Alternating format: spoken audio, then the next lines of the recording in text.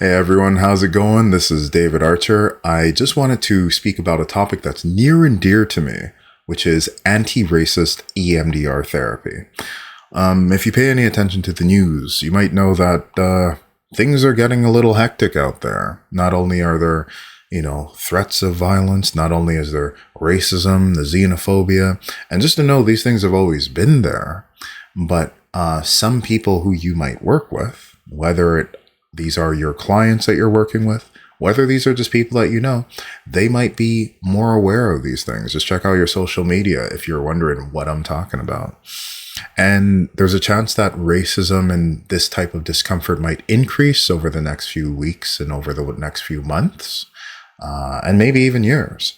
And so that is the reason why those who are EMDR therapists, I implore you to think about using this approach from an anti-racist perspective, and not just any anti-racist perspective, one that is intersectional, one that is also caring about where people come from, one that is also against the rising scourge of fascism that is approaching. We want to make it so that we're able to have people who care about those who are LGBTQ+, care about those who are neurodivergent. When I say race, I'm talking about the socially constructed idea. So we need one that's going to also equally fight against patriarchy as well. You'll find that when a person is oppressed based on their gender, it's not so different from a person being oppressed based on their race. These are not biological things. These are socially constructed things. And it turns out that even the idea that someone is greater than another person is also socially constructed. So we have to fight back against that oppression and that foolishness by any means necessary. And it just so happens I'm a psychotherapist. It just so happens I'm an EMDR therapy trainer. Link is in the description if you'd like more information like this. Check out my videos, like, post, subscribe, share, all of that stuff. Let's get into what anti-racist EMDR therapy is all about. So I'm not arguing to change the standard protocol. EMDR standard protocol is working as it is, and it's working just fine. But here are some considerations that can help to supercharge your EMDR therapy standard protocol so that it comes from this intersectional, anti-racist, anti-fascist, no BS way of being able to help people regardless of where they're from, what country they come from, and all of these things, okay? I speak about this in anti-racist psychotherapy, so I'm just going to go through it. So we know about the 8 phases of EMDR therapy, okay? So we're talking about first history taking and treatment planning. We're talking about preparation, assessment, desensitization, installation, body scan, closure, and reevaluation. So again, this is what we're going to do. Phase 1 usually looks different depending on who you're talking to and depending on who you've trained with. But basically, we want to get to know our client. But remember, as a therapist, if we're not comfortable asking certain questions, the client might not be comfortable answering certain questions. Many people who have complex trauma and dissociation, they've been betrayed by so many people in positions of power, so why would you be any different? So they're going to hold back and maybe not share everything. So this is the reason why the therapist needs to provide the context for people to be able to share about these things. So again, I have assessments that I give. When I'm asking about dissociation, Dr. Marianne Kate, who is an ISSSTD Fellow Award winner, along with me as well. We did that in 2026. But the thing is, I give my trainees the mid-60, which is the multidimensional inventory for dissociation, the 60 question condensed version. We want to ask about dissociation. We want to normalize dissociative symptoms. If a person's saying they have intrusive thoughts, if they're saying that they have these angry intrusions, these persecutory intrusions, we want to validate the fact that your nervous system is doing everything that it can to cope with the stresses it's going through, and that it's not that you're crazy. It's just you're adapting to a society that looks like it's losing its mind. You know what I mean? So we want to let people know these are ways of adapting to stresses. Not that there's something wrong with you, but you're in the therapy that's going to help to make you have the choice of whether to dissociate or not. Instead of you feeling as if you have to get out of your body, maybe there's other ways you can deal with these stresses. And once your responses are less triggered by the trauma history, then you can make decisions that are more in line with your integrity. So we also want to do a genogram in this phase 1 of just knowing what are the legacies that have been inherited. And a genogram is a graphical representation of a person's family system. We want to know, were there things inherited from the mother side of the family? Were there things that were inherited from the father side of the family? These could be based on race. These could be based on gender, roles that you feel as if you're kind of reliving or that were handed down to you. But the fascinating thing is that once you're conscious of these roles, you can make changes to them. And we don't want to say that one side of the family is the good one and the other one's the bad one. We know that there are adaptive legacies from both sides and maybe maladaptive legacies from both sides. Rather than the binaries of racism, the binaries of sexism, of patriarchy, of homophobia, and all of these things, we're looking for the gray area in between. We're trying to say that maybe there's positives and negatives, even for the difficulties that you've inherited, so we have a balanced perspective. We also want to ask about intergenerational racial trauma. We also want to just know a little bit about, like there's a link in the description as well. It's called the Racial Trauma Target History. There's questions that I'm going to ask to my clients, even if they look white as snow. There's questions I'm going to ask to my clients, even if they look so masculine with the big muscles and the tattoos and all that stuff. Doesn't matter. For the white person, they may be white passing. I'm still going to ask them about race. For the guy that you think is on the motorcycle looking like a tough guy, well, guess what? Men are less likely to report experiences of sexual or gendered violence or being aggressed in a sexual way, and also therapists are less likely to ask them, so then they do underreport. So this is why we want to make sure we're asking questions regardless of what a person looks like. And I put race in brackets so that you understand, even if your client doesn't seem to have a race, they all have a socially constructed identity. So we want to ask these questions anyways. So moving on, when it gets to phase 2 for preparation, yes, there's the calm scene. Yes, there's the container. Yes, you might want to do the light stream. Some people do a tree meditation, all kinds of things, right? So I developed resource development installation by Corn and Leeds. Highly recommend. And I found that working in Montreal, in Toronto, in the Indigenous communities, I needed to make some adjustments on how I did that approach so that it would respond with the global majority, and that it would respond with for people who might want to access things like concepts, like characteristics of the self, like ancestors, and even forces of nature. When I widen the scope like that, once in a while, the client is going to bring in something like, their ancestor who's their grandmother. And so if we have a resource of the grandma, when we're confronting a target that seems really intimidating, well, guess what? Grandma's undefeated. Anytime a client is having difficulty processing stresses, you can call upon grandma and everything's going to be all clear, okay? These types of resources relating to your ancestors, relating to orishas, relating to any spiritual truths and all of these things. This is what makes it so that therapy can then become something more than just a cookie cutter machine that we're putting the client into. Instead, now the client can bring their favorite video game into the session.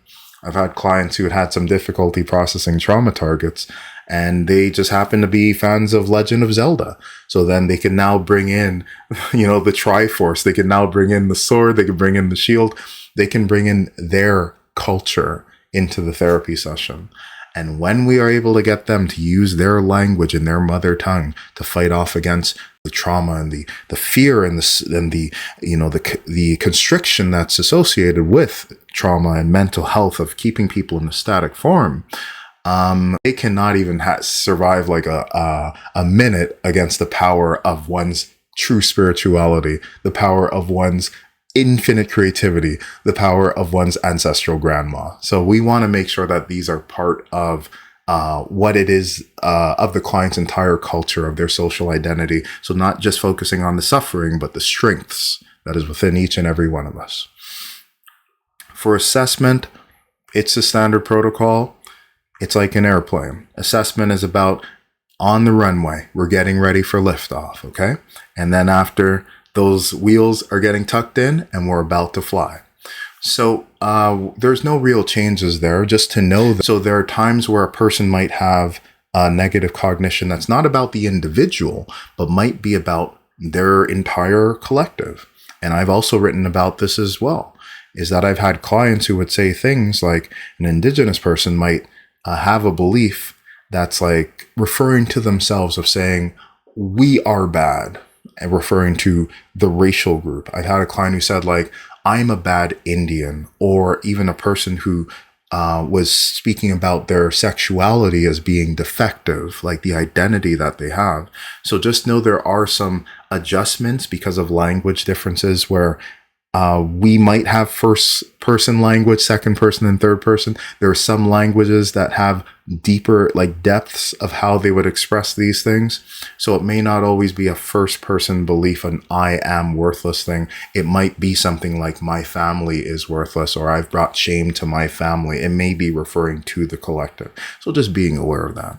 Desensitization, again, we're not doing any major changes, but just know that for cognitive interweaves, there's times if a client is stuck and for some reason they're looping and nothing's changing, well, we can give a different perspective. Have they thought about it in this way? Would they feel the same thing if this happened to their niece? Would they say the same thing if this happened to their nephew? Give a different perspective on how they're looking. And sometimes that can make it so that we break that looping. And in some other cases, that's where we might need the resources that come in. I told you. Thing is, you might be a little stuck. Well, guess what? Grandma's coming in with the superhero outfit. You know what I mean? She's dealing with the whole situation. Sometimes the option for cognitive interweave might be a resource. It might be a limiting belief about oneself, about one's culture, and that resource is able to save the day. So after that, when it comes to installation, so when we're having a person state a positive belief, of course, we do want it also to just be a belief that's not like, if the negative belief is this absolute that says I am bad, the positive belief can be I am awesome. Okay. It can be, we just don't want it to be I am perfect. Okay. We don't need it to be the opposite binary. Sometimes if a person has a difficulty deciding what the positive belief is, putting the word can usually get over that hump. So if a person has the negative belief of, I can't trust myself, or I can't trust others, positive belief can be, I can learn to trust others. I can learn to trust myself. I can learn. So the operating word of can gives a possibility rather than the stuckness of the negative cognition, the binary, the absolute negative. That gray zone is usually the response that we would want. And so I'm not too picky about a person's positive belief because I know that many of them fought decades to be able to believe this about themselves. So I'm a little more lenient than most people are with what they want to say about themselves, provided that it is something that's going to be helpful for them and something that's not going to backfire and all that. Okay.